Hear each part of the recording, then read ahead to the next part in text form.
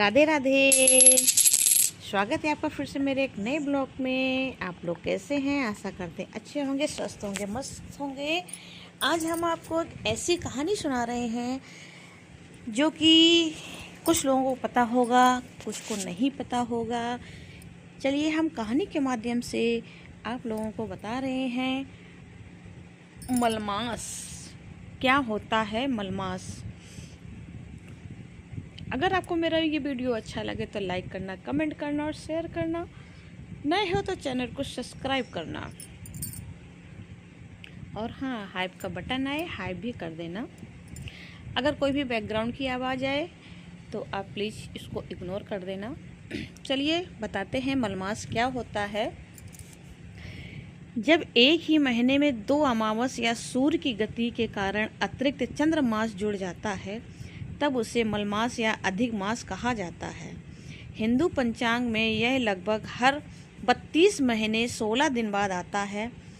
इसे पवित्र माना जाता है, बहुत ही पवित्र माना जाता है। मलमास क्या होता है? हिंदू कैलेंडर चंद्रमा और सूर्य दोनों की गति पर आधारित है। जब वर्ष लगभग 354 दिनों का होता है जबकि सौर वर्ष 365 दिनों का। इन दोनों के बीच लगभग 11 दिनों का अंतर आता है। इसी अंतर को संतुलित करने के लिए हर कुछ वर्षों में एक अतिरिक्त महीना जोड़ा जाता है जिसे अधिक मास, मल मास, पुरुषोत्तम मास कहते हैं। मलमास को पुरुषोत्तम मास क्यों कहते हैं? पुराणों के अनुसार किसी भी देवता ने इस मास को अपना नाम नहीं दिया था, तब भगवान विष्णु ने इसे अपना नाम देकर पुरुषोत्तम मास कहा। इसलिए यह महीना भगवान विष्णु की भक्ति, पूजा, दान और साधना के लिए बहुत शुभ माना जाता है। मलमास में क्या नहीं करना चाहिए? इस महीने में कुछ मांगलिक कार्य वर्जित माने जाते हैं। शादी विवाह जैसे गृह प्रवेश, मुंडन संस्कार, नया व्यापार शुरू करना, बड़ी खरीदारी या शुभ मुहूर्त वाले काम। मलमास में क्या करना चाहिए? यह महीना पूजा पाठ और पुण्य कार्यों के लिए श्रेष्ठ माना जाता है। भगवान विष्णु और श्री कृष्ण की पूजा करें, गीता पाठ और विष्णु सहस्र नाम, दान पुण्य करें, व्रत और भजन, गरीबों की सहायता करें, तुलसी पूजा करें, मंदिर दर्शन। मलमास में दान का महत्व। कहा जाता है कि मलमास में इस महीने में किया दान कई गुना फल देता है, जैसे अन्नदान, वस्त्र दान, गौ सेवा, जल सेवा, धार्मिक पुस्तकों का दान। सब लोग देखते होंगे कि जिनकी लड़कियां होती हैं, शादी हो जाती हैं, तो उनके मायके से पुआ भेजे जाते हैं। बहुत शुभ माना जाता है। अधिकतर सबके मायके से पुआ हुआ का दान किया जाता है, कपड़ा श्रृंगार सब कुछ। क्या मलमास अशुभ होता है? नहीं, मलमास अशुभ नहीं होता है। यह केवल सांस्कृतिक शुभ कार्यों के लिए रोका गया है महीना है, लेकिन आध्यात्मिक साधना के लिए इसे सर्वश्रेष्ठ माना गया है। मलमास की खास बातें। इसे भगवान का महीना कहा जाता है। इस महीने में भक्ति करने से विशेष पुण्य मिलता है। कई लोग पूरे महीने सात्विक भोजन करते हैं। मंदिरों में विशेष भजन कीर्तन होते हैं। आइए हम आपको मलमास की कहानी बताते हैं। सच्ची कहानी है गरीब भक्त और पुरुषोत्तम मास का चमत्कार। एक छोटे से गांव में भगवान विष्णु का बहुत सुंदर मंदिर था। उसी गांव में रामू नाम का एक गरीब लकड़हारा रहता था। रामू बहुत गरीब था, लेकिन भगवान पर उसकी श्रद्धा अटूट थी। सुबह जंगल जाकर लकड़ियां काटता, शाम को बेचकर जो थोड़ा बहुत मिलता उसी से घर चलाता। पत्नी और एक छोटी बेटी थी।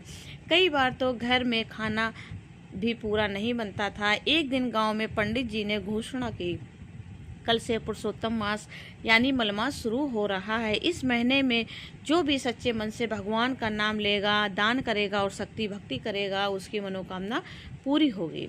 गांव के अमीर लोग बड़े बड़े भंडारे और पूजा की तैयारी करने लगे, लेकिन रामू उदास होकर घर लौट आया।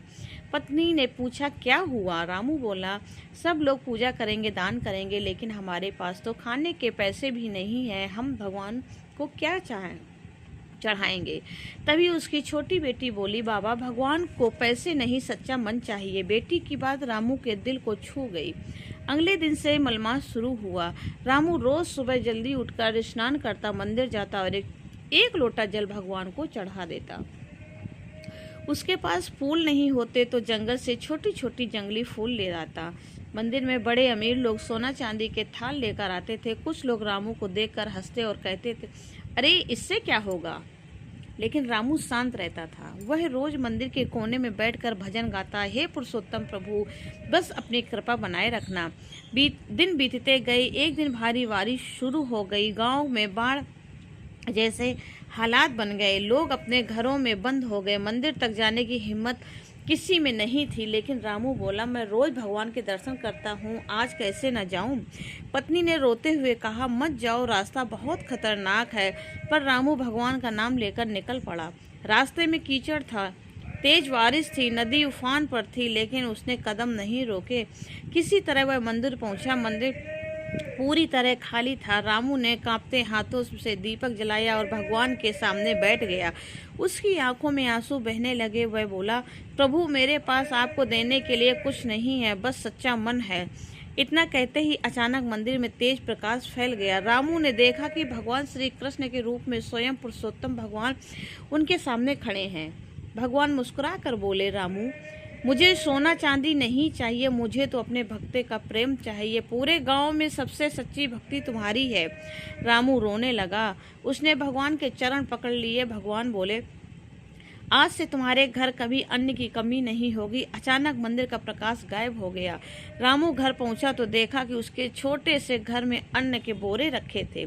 पत्नी और बेटी आश्चर्य में थी।